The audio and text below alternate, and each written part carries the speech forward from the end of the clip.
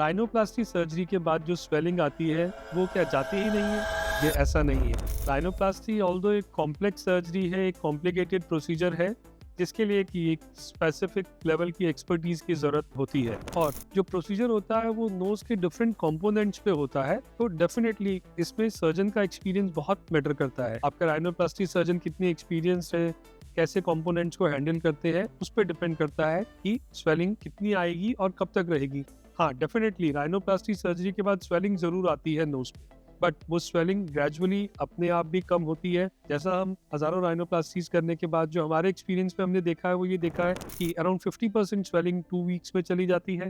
Around 80% swelling, 70 to 80% swelling around 6 weeks में चली जाती है, और जो फाइनल रिजल्ट होता है, पूरा स्वेलिंग जो सेटल होती है, वो अराउंड 6 महीने से लेकर के कई बार बहुत रेयर केसेस में 12 महीने तक ले सकती है, और वो स्वेलिंग सबसाइड हो जाती है। तो ये तो हमने बात की जब प्रॉपर तरीके से एक्सपीरियंस राइनोप्लास्टी सर्जन ने राइनोप्लास्टी की है। लेकिन इसके बाद भी कुछ केसेस में बहुत एक लो परसेंटेज ऑफ पेशेंट्स के अंदर नोज की जो स्वेलिंग होती है वो काफी प्रोलॉन्ग्ड ड्यूरेशन तक रहती है और काफी लंबा टाइम तक रहती है। ये वो पेशेंट्स होते हैं जिनका नोज की जो टिप की स्किन है वो थिक होती है थोड़ी सी, या नेजल स्किन थोड़ी थिक होती है, प्लस ज्यादा सिबेशियस ग्लैंड्स होती हैं जिसकी वजह से इन्फ्लेमेशन जो होता है बॉडी के अंदर या नोज के अंदर वो थोड़ा लंबा टाइम तक रहता है। तो इन केसेस में जो स्वेलिंग है नोज की राइनोप्लास्टी के बाद वो काफी लॉन्ग ड्यूरेशन तक रहती है। और स्पेसिफिकली अगर हम जोन्स की बात करें नोज में,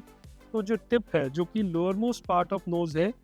ग्रेविटी की वजह से और थिक स्किन की वजह से टिप पर से स्वेलिंग राइनोप्लास्टी के बाद सबसे लेट जाती है, और टिप एक शाइनी लुक देती है, एक थोड़ा सा थिक लुक देती है कम से कम 5 से 6 महीने तक, और उसके बाद और रिफाइनमेंट्स आते हैं टिप की शेप में, और टिप और ज्यादा पॉइंटेड लगती है राइनोप्लास्टी। लेकिन इन सब कंडीशंस में भी कुछ स्पेसिफिक मसाजिंग मैन्यूअर्स करके, कुछ स्पेसिफिक मेडिकेशंस देके, और आप अपने जो राइनोप्लास्टी सर्जन है उनसे डिस्कस करके